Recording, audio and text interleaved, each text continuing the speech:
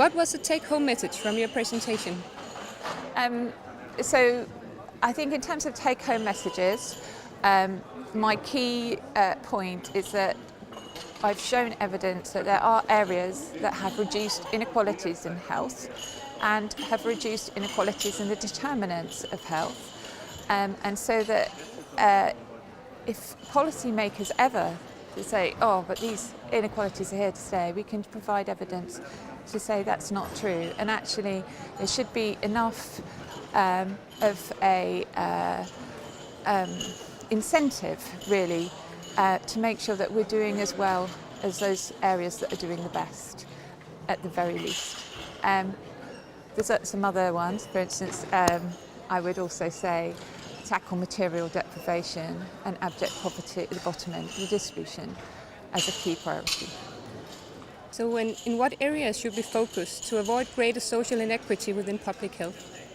Yeah, so, well, as I've mentioned, there's a clear link between material deprivation or abject poverty and unequal health. So I would say ensuring that everybody has a minimum income for healthy living is a key priority, especially at the moment. I would also say that we need to maybe liaise more with other sectors.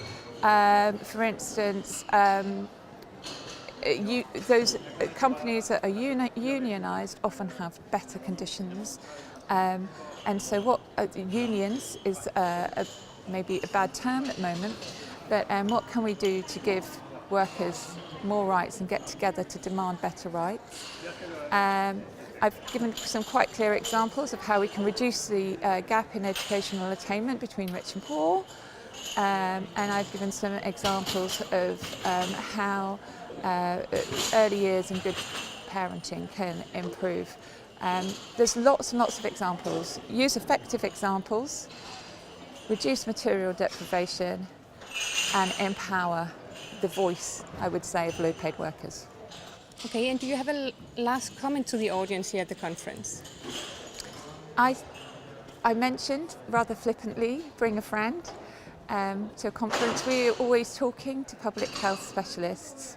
I'd like to see some different people at public health conferences because we need to get the message out wider.